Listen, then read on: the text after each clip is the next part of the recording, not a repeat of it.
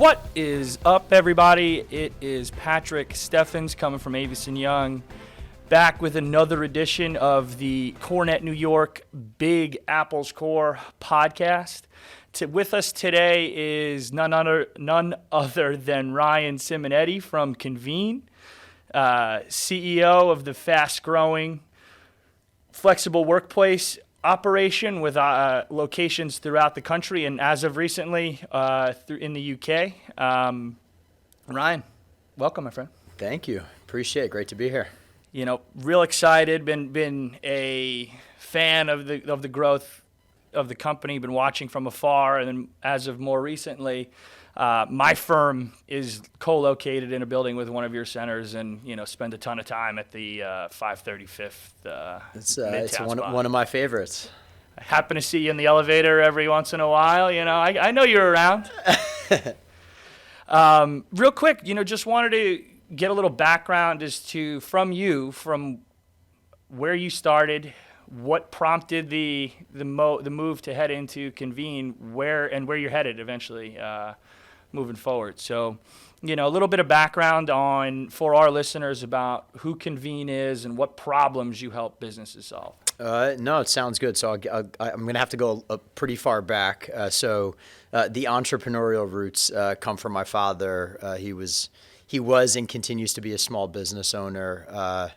Spent a lot of my childhood working for a bread delivery business that he owned. So I've kind of been in and around the hospitality industry since I was a young kid. So it's probably no surprise to some extent that I ended up, when I decided to start my own company, that would be something in and around hospitality. When I graduated from college, I started my career at Lehman Brothers in real estate structured products. I then left Lehman to join a startup real estate investment company called Gramercy Capital, which actually spun out of SL Green, the large New York office landlord. Right place, right time. Your business grew a ton, and at a pretty young age, I ended up leading one of our investment teams, and it just so happened I spent a lot of time doing office and hospitality, and this was more on the debt and mezzanine side. And if you think about 2006, 7, 8, and 9, putting financial crisis aside, which is obviously its own story, this was really, I would say, the birth of lifestyle as a movement. Whole Foods, Equinox, Trader Joe's, Soul Cycle, W Hotel, Ian Schrager Boutique Hotel. And at that time, you could see that design and kind of designing towards human experience was going to be, I would say, a structural shift across pretty much every single, I would call, consumer-facing asset class. But at that time, nobody was really thinking about bringing it to office or to the workplace. And so the original thesis was, what if you ran an office building like a hotel? And thought more like a hotel brand and an operator and less like a landlord.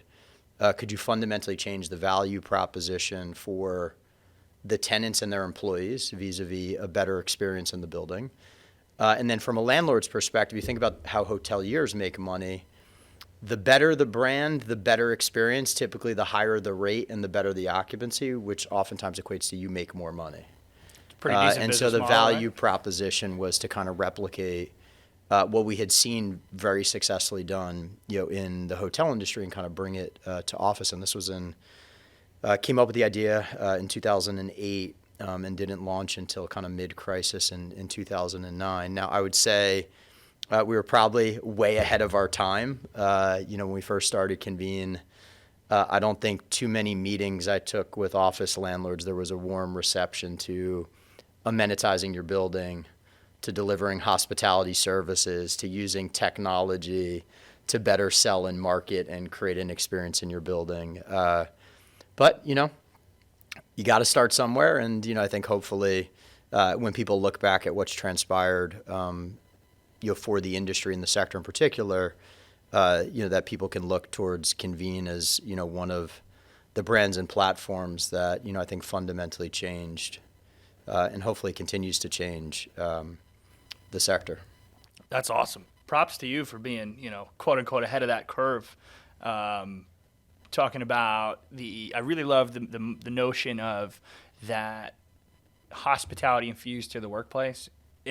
We're recording this in March of 2023. Yep. Different world. Everybody and their mother in this real estate office sector specifically is talking about the same buzzwords. What can we do to make our buildings sexy, creative, where people want to be? And you were asking those questions back when nobody else was, or very few were.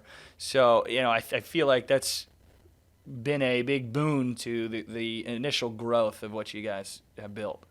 Yeah, and it took a long time. We bootstrapped the business. For the first 4 or 5 years, there was no thing called prop tech and venture funding. You're going to fund new business models at that time. And as entrepreneurs oftentimes do, we had to kind of scrap it out. And I think starting in really, I'd say 2013, 2014, we really started to see a shift. Some of this was the benefit of what WeWork was doing, and obviously their acceleration in bringing, I think a lot of the thesis to the forefront in a way that it hadn't been prior, and got the benefit of some of those tailwinds. And then I think what we were really able to do was, I think differentiate ourselves as a premium brand. We really led into meeting, event, conferencing, and all of the food service and technology support that goes to support that, and then kind of use that as an entry point to then build out amenity management, to add a high-end flexible workspace product to that over time. And I'll say we were rocking and rolling, obviously up until COVID hit, and unfortunately sometimes the universe has a different plan. And that obviously brought us to our knees for a few years, as we had to kind of work ourselves, as many others did, especially in the hospitality industry, through a tough few years. But now I think, as you said, everyone's kind of talking about, both on the landlord side as well as the occupier side, I think a lot of the things that we probably do better than anyone in the world. So part of that better than anybody in the world, what do you think was the first aha? What was the moment where you realized that you might be onto something here? I'd say 2010. We had started in the middle of the financial crisis in 2009. Our first location was actually the former internal meeting, event, and food service operation at TI Cref's corporate headquarters. And as one financial crisis hit, they were also moving their corporate headquarters out of New York. They were relocating to Charlotte, and then I think they were building another kind of HQ2 in Texas. And so they went from having, a 3-building campus and 1,000 of employees to a single building that now had to be multi-tenanted. And there was a gentleman there at the time, Jeff Meany, that ran real estate, who was talk about progressive and thinking ahead of the curve. And I think the value proposition of, well, Convene can take over this space from us. We can now use it when we want to, meaning TI Cref board of directors, trustees, town halls. But when we're not using it, this becomes a great amenity to now multi-tenant and lease up this building. Oh, and Convene can sell and market it to other companies to utilize it. And it was a really, I think, interesting win-win. And so by kind of mid-2010, I think we had proved the thesis that you could do that type of partnership with, at that time it was a landlord and a tenant. But more importantly, we proved to ourselves that there was demand for, a high-end meeting, event, and conferencing venue, not in a hotel and not in somebody's office, and that people would pay you to go have that experience. And so, I think 2010, we went from startup on life support to really product market fit, and I knew then that we were on to something. What? TBD on how big you can get. Some of that's luck, a lot of that's execution, and I think our team, we've been very fortunate to have some really talented people, great partners, and I think we're, especially today, we feel like we're in a really, really interesting moment in time. And I keep telling our team, our clients and our landlord partners need us now more than ever. It's never been harder to run a Class A office building than it is today, ever. It's never been more expensive. The expectations of your tenants and employees that walk into buildings has never been higher. And, I think the opportunity is, do you do it yourself or do you partner? And, I tend to be a big believer in outsource and work with people that have capabilities and competencies that you don't. And I think for, any owner and operator of a Class A development, at this point, probably anywhere in the world that wants the right type of partner for that asset and wants a brand that knows how to serve that demographic, I think I'd be our first call if I was on the other side of that. Of course. And so, I think the moment in time is really interesting, and I'm very excited and bullish on, I think what the next couple of years is going to look like, for the business, but also the value that we're going to be able to create for our different stakeholders and constituents. Really love that point. It's never been harder, right? People are coming back from the comfort of their own home.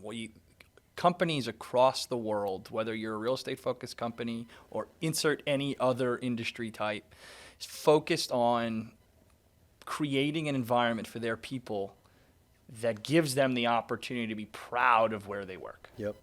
And I think a lot of what you guys have done is not just help landlords with multi-tenant buildings, but on the occupier side, which I want to touch on a little bit later, but from the landlord point of view, is to give companies a place to call home away from home.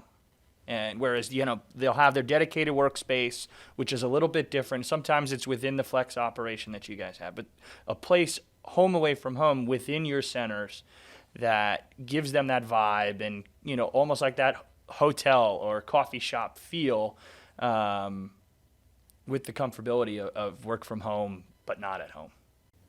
Yeah, I mean, I think all of us in the sector have been talking a lot about the power of third places and third spaces, and I think to some extent, if you look at what we're doing, we're creating a network of third spaces, if you want to think about it that way. But more importantly, we're kind of building that third space integrated into a building, and the way that I like to talk about it to our team and to our partners is we become kind of the heart of the building, right? That amenity, oftentimes, as we would recommend, anchored around some sort of food and beverage experience or a wellness experience, and then you kind of wrap meetings and events and conferencing, you wrap workspace, you wrap community and programming around it. But that heart is really, I think, that kind of foundational infrastructure. And it's what makes the magic at 530 Fifth Avenue, which you've been to. It's what makes the magic in 22 Bishopsgate for us and for that asset. And I think that's resonating. And to your point, when you can choose where you work and when you work and how you work, I think both companies, landlords, and providers like us, we've got to do more to bring you in and to really make it a truly differentiated experience. So from the occupier standpoint, is your message going to be similar from the landlord's point of view, like, hey, we're this third place? Or are you helping with or taking over some of the in-space conference, kitchen, center type of situation? So there's definitely an overlap, and I'd say the way that I'd communicate to the two constituents. I think from a landlord perspective, flight to quality is real. Flight to experience is real. It's never been harder to run a Class A office building. Do you want to do it yourself, meaning the stuff that we do, or do you want to partner with somebody like us that does it for a living? And then most importantly, we're not just going to amenitize, we're going to monetize. Because I think if you talk to most landlords, and we've run a lot of private amenity-only spaces for buildings, there's really never enough demand just from the captive audience in the building to make that amenity space economically viable as a standalone. And so what's nice about partnering with Convene is we have a brand, we have a global sales and marketing organization, we have a reservation system, no different than if I partnered with Marriott or Hyatt or Four Seasons. And so I'd say this amenitize and monetize is really what's resonating with, I think, the landlord stakeholder. I think the value prop to an end user or a corporation is half the space, twice the experience. So you will be spatially more efficient at the same time as you're going to deliver a better experience to your employees, to your clients. And, my sense, and I just literally walked out of lunch with the chairman of a major global law firm, and I think that half the space, twice the experience is resonating with every CEO or chairman I'm talking to, regardless of company size, regardless of industry, regardless of sector. And then the question becomes, well, what do I build internally and what do I outsource to people like Convene? And I would say if I was a tenant today making this decision, and I was in a building with a Convene in it, I wouldn't build a large meeting, an event, and conferencing facility with a large auditorium that no matter how often I think I'm going to use it, I'm never going to use it more than 20 to 25 times a year. And not pay rent for it every single day. And not pay rent, not spend $300 a foot out of my own pocket to build it, and not spend a couple $1 million a year on labor to manage it. I probably wouldn't build my own food service operation and my own kitchen and my own footprint anymore. I probably wouldn't build my own mobility space or mobility floor, which, as we all know, a lot of companies built their own random version of a touchdown co-working space in their own footprint. I don't know why I would do that anymore today. And I don't think I would build my own wellness and gym, and I wouldn't build and manage my own on-site healthcare. I would kind of push all of that out of my footprint, ideally in partners, into a space that maybe was in the building that I was occupying. And I think 22 Bishopsgate in London is a great example of this. AXA and Stuart Lipton, who were the developer in equity. I think Quadrail is also the equity in that, who's a partner of ours. This was probably the most, talk about like trophy of trophy, but what they really committed to was building all of this amenity infrastructure in. Gym, flagship meeting and event and conferencing facility via Convene, a whole food service operation and infrastructure. And an interesting stat is, on average, now that building I think is 100% occupied now, on average, every tenant took 5% less square footage in the building because Convene was there. And right now, 90% of the tenants in that building use Convene as an extension of their own internal space for all of their large meeting and events. For a landlord's point of view, that's a beacon of, hey, choose us versus the building across the street, the building down the block. You can be 5% more efficient, spend that money elsewhere, and it's already here in the building. You don't got to go outside. Yeah. But, look, most landlords, I think, have been trained not to go to a tenant and say, take 10% less square footage in my building. And I think to some extent, we've done our best in our own little way of trying to educate as to why that is powerful.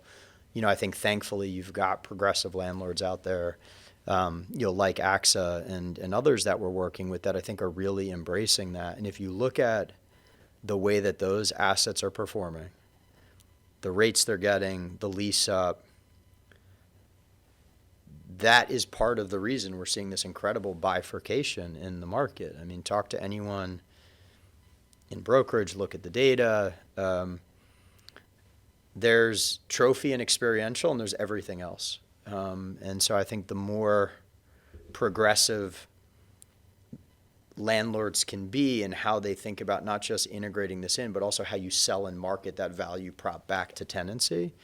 To me, that's going to be the next iteration of this that we see, I think over the next 12, 24, and 36 months. And then you're also going to see that what we do and what property management does is going to have to continue to figure out a way to work together in a more seamless way, in an integrated way.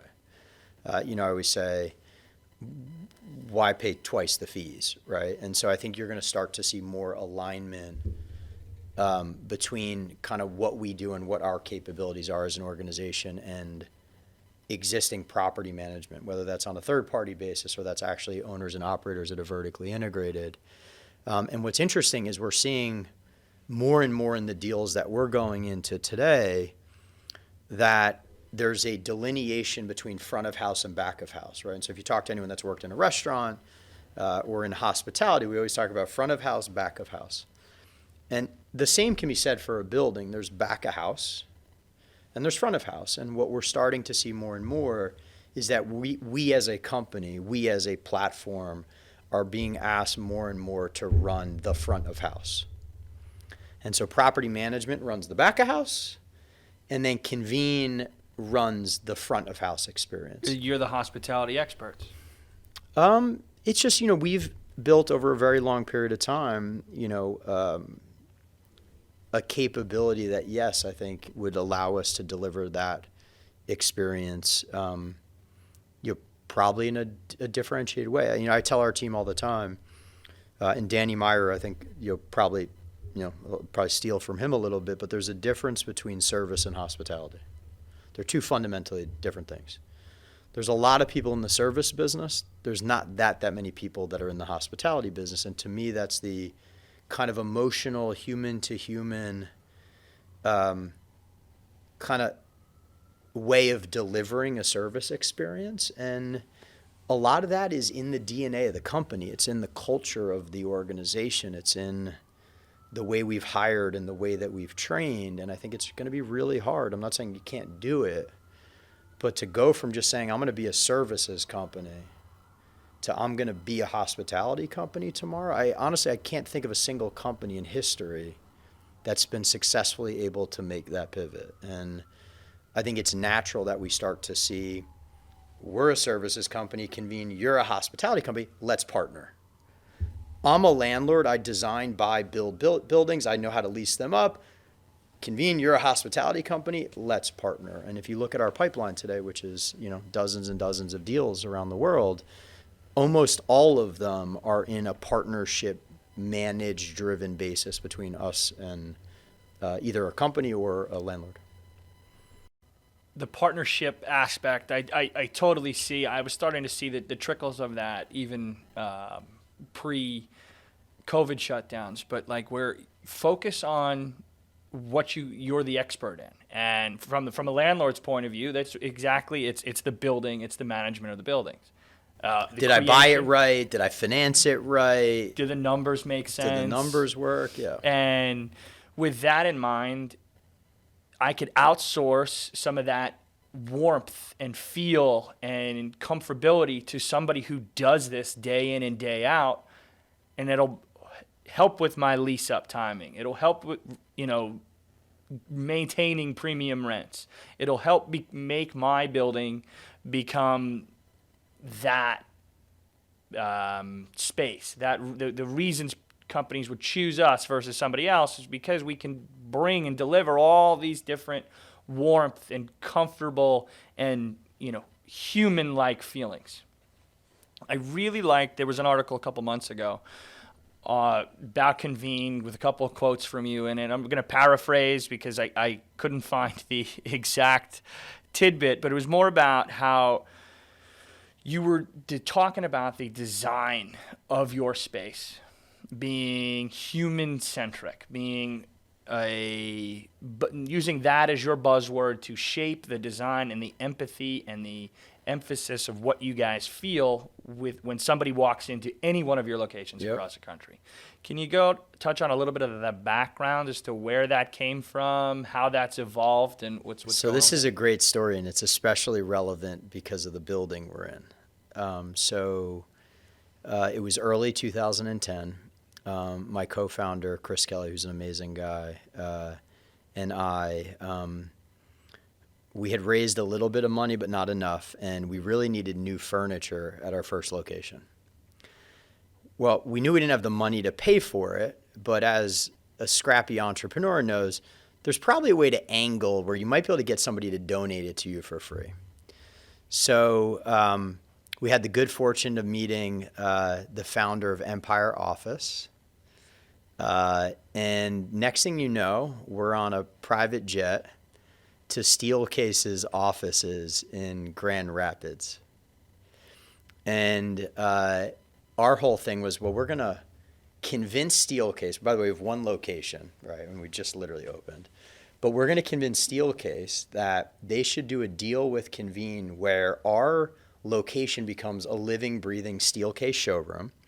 And that for that, all the customers that come in and see are going to end up buying Steelcase furniture, but not us. And that they should give us the furniture for free.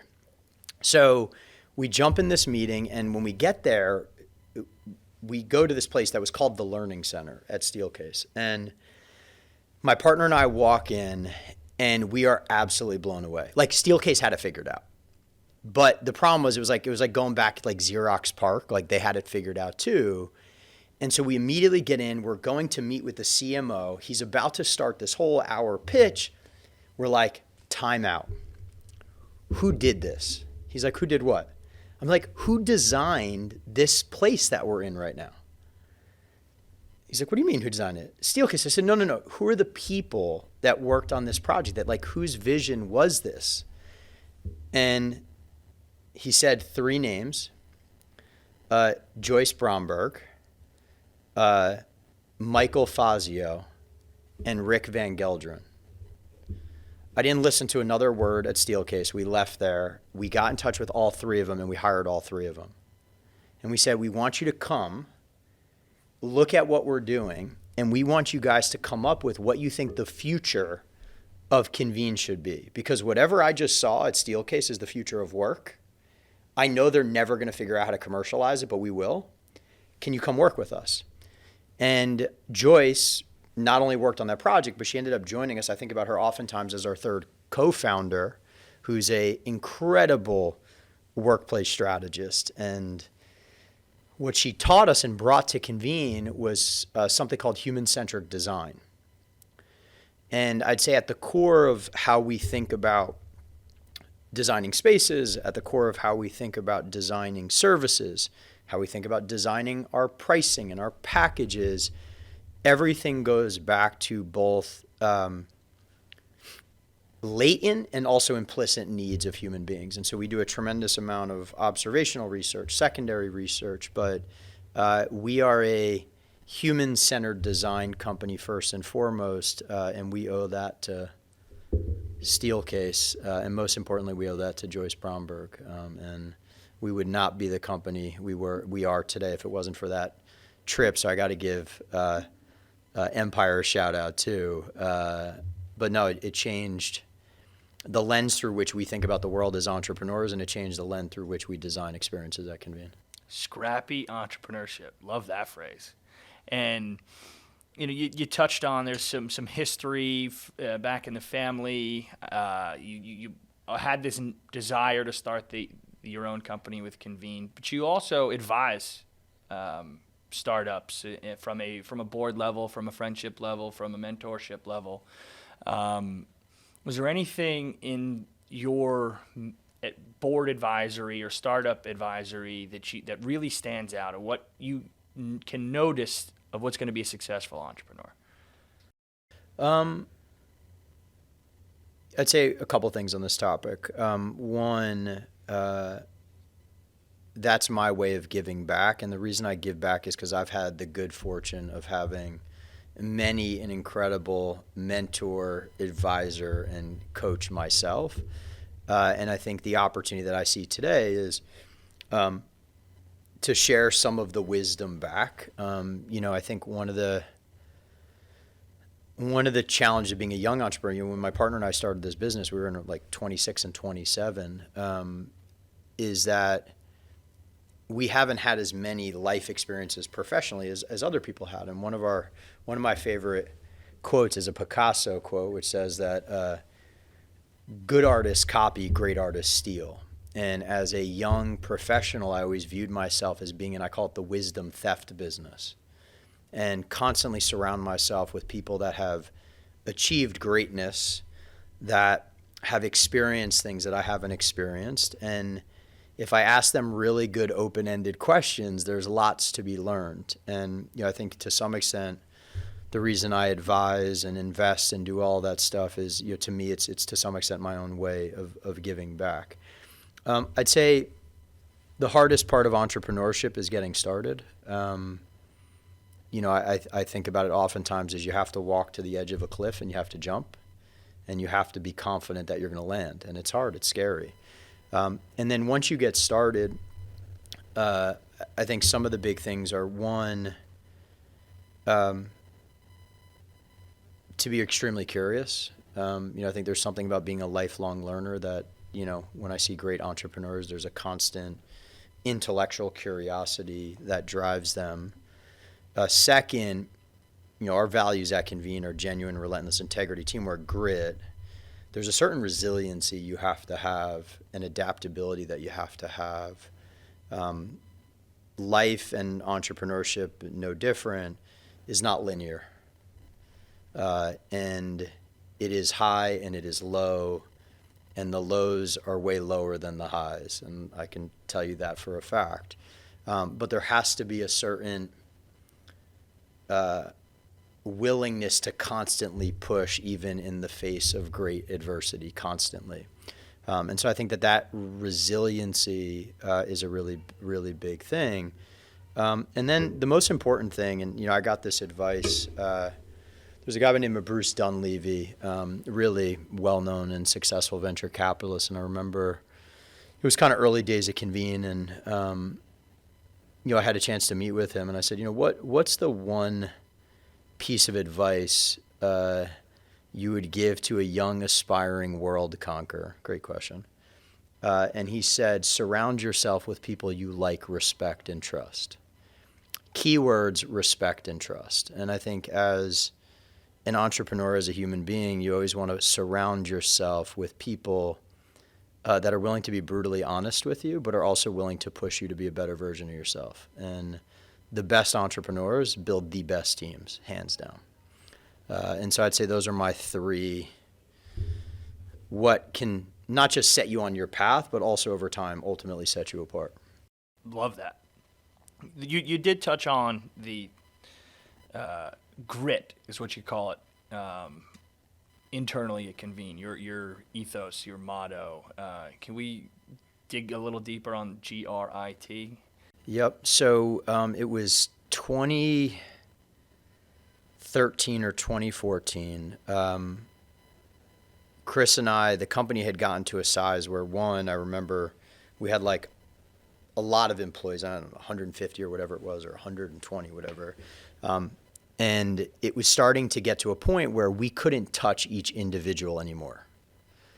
And so we're like, oh my God, like we're at a point in time where we have to actually write down on a piece of paper a vision, a mission, a core set of values. Hindsight 2020, you should do that before you launch a company, not 5 years in. But as young entrepreneurs, we didn't know any better.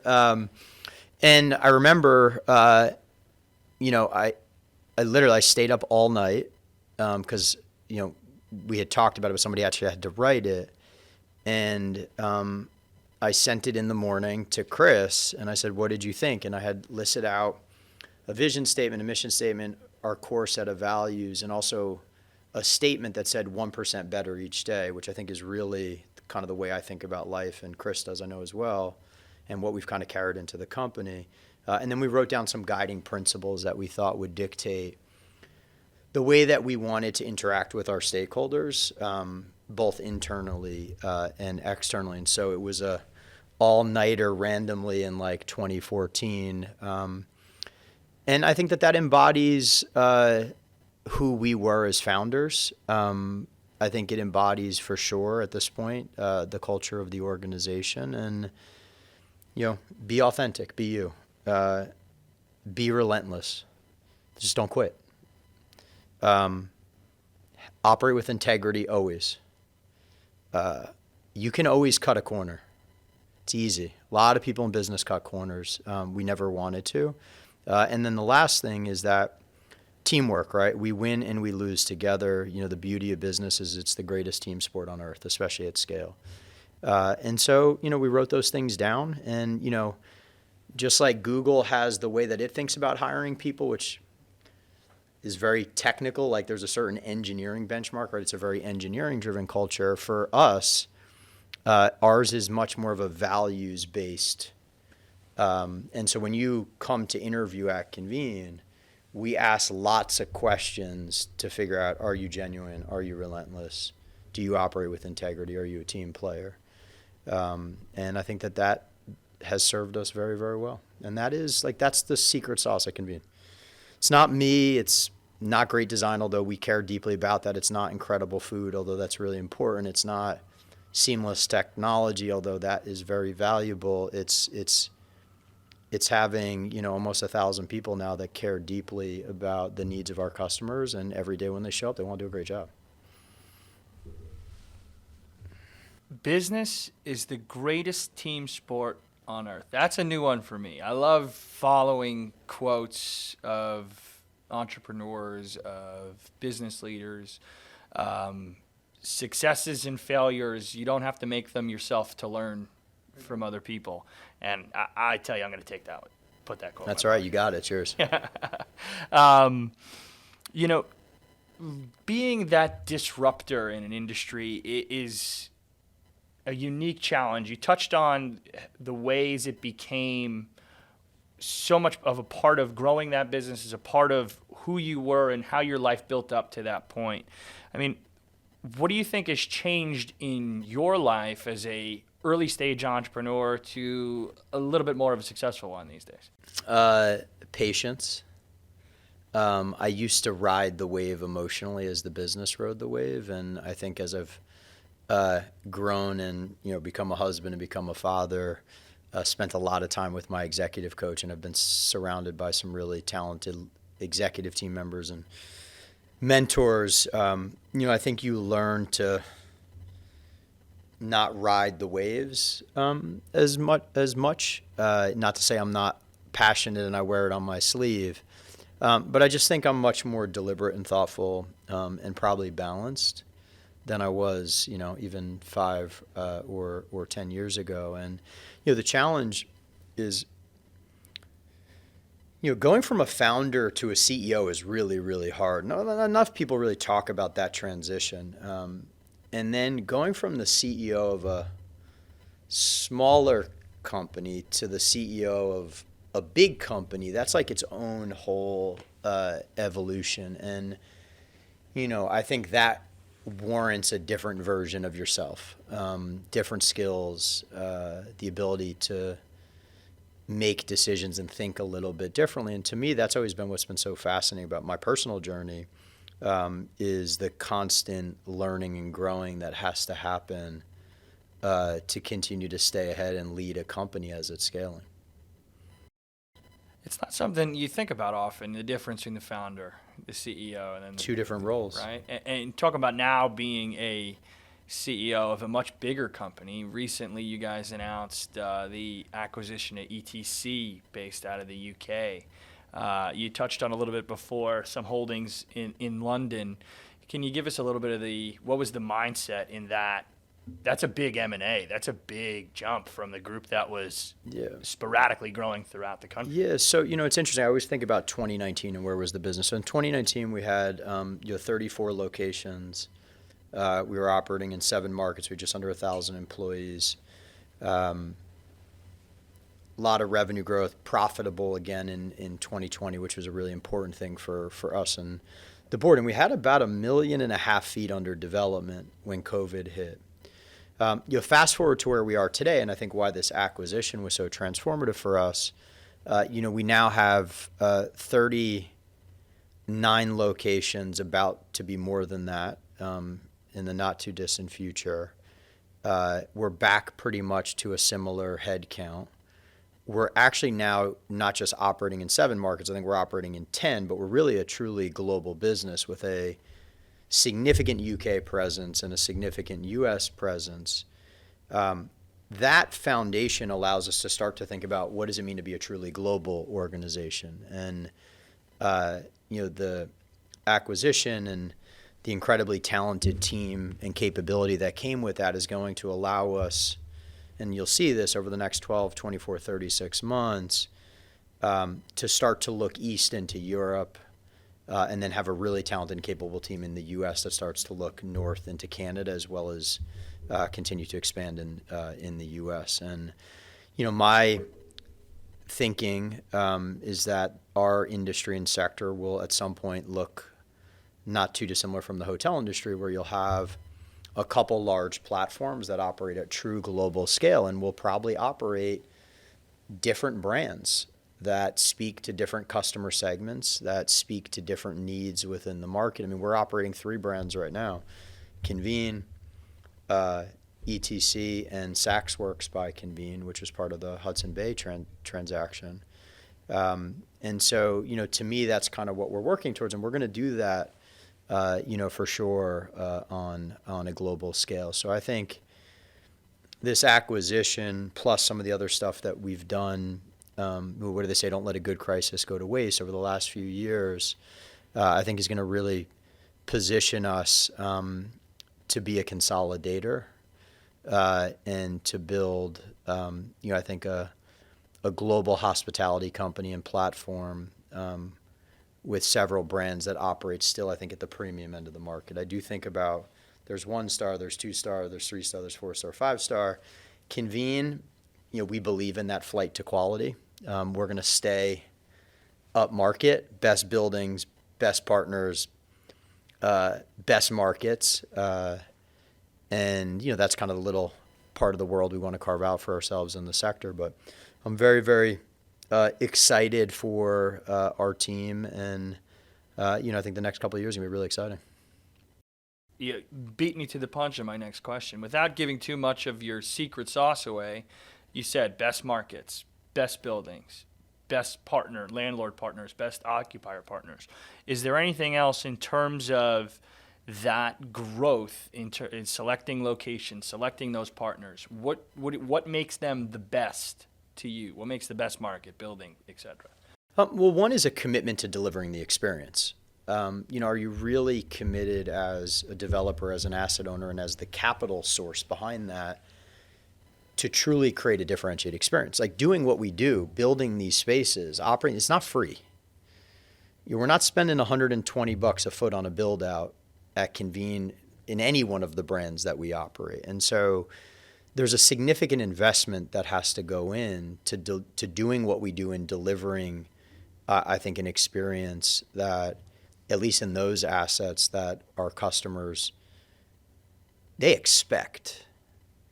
And so, I think when we think about best partners, it's 1, are you willing to go all in? And then 2, do you have the financial wherewithal to actually make the investment? And not everyone does. And that's part of the reason we're going to see an even further acceleration and bifurcation in the market, because you have lots of owners, candidly, that are not capitalized appropriately to even do what is required today to reposition these assets. And so for us, who we work with is really, really important. And, making sure that we're working with partners that can actually execute on the right strategy for the asset and do it at a level that speaks to the quality of their brand and ours, and to the needs and expectations of our customers.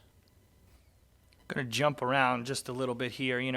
Looking ahead towards the future, you mentioned a little bit about the growth of the physical location, what you're looking for, these type of partners.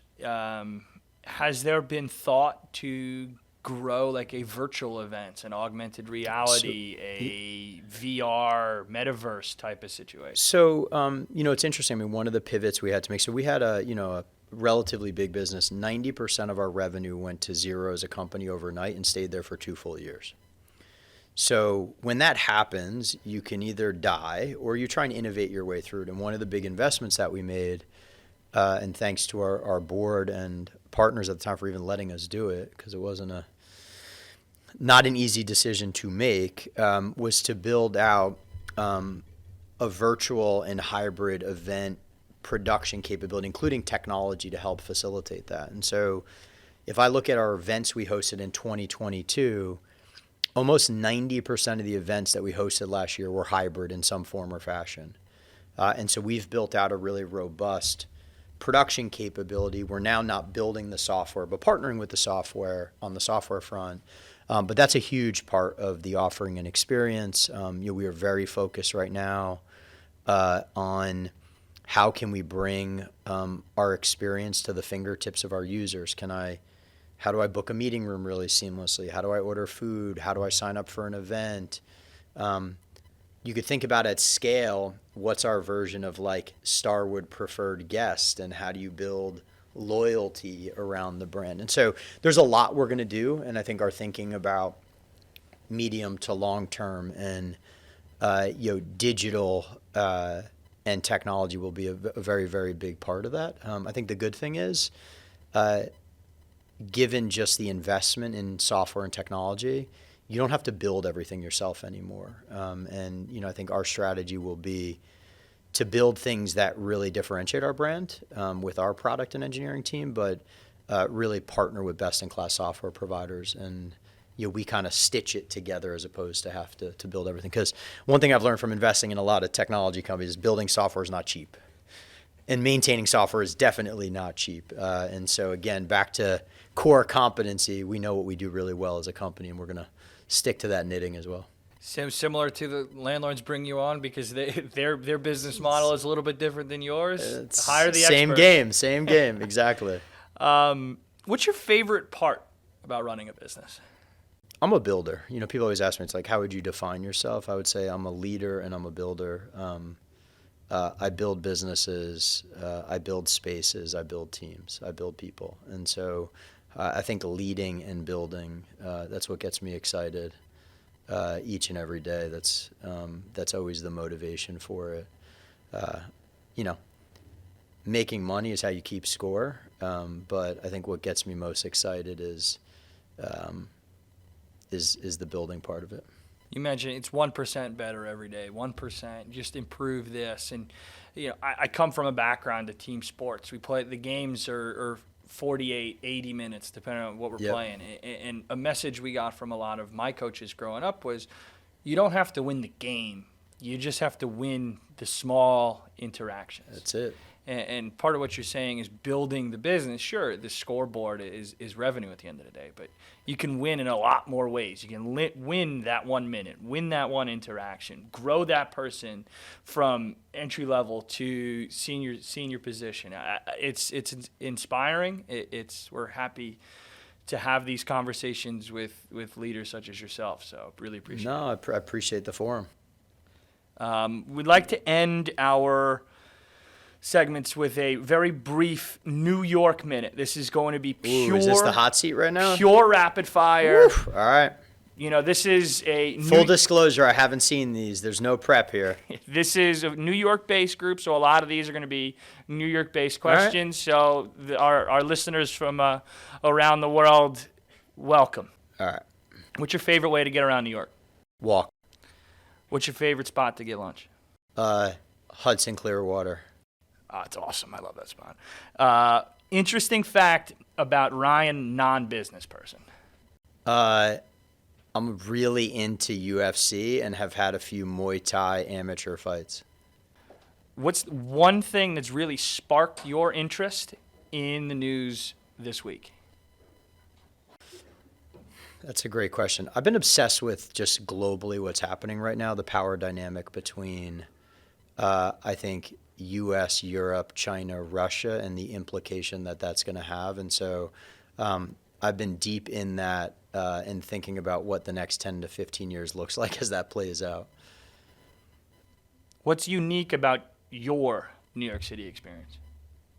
That I'm here with my wife and kids, and I'm going on 20 years now in the city. So I grew up in New Jersey, but I would probably consider myself at this point a New Yorker. Pizza or bagels? Pizza. Let's go. Joe's. Love it. Best slice. Let's go. For slices, no joke. If you can go back and tell your 18-year-old self one thing, what is it? Travel more. Perfect. Ryan, thanks for the time today, Thank you, my sir. friend. I appreciate it. Thanks for having me in. Once again, this is the CoreNet New York Big Apple's Core Podcast live from the Steel Case showroom above Central Park. Thanks, everybody.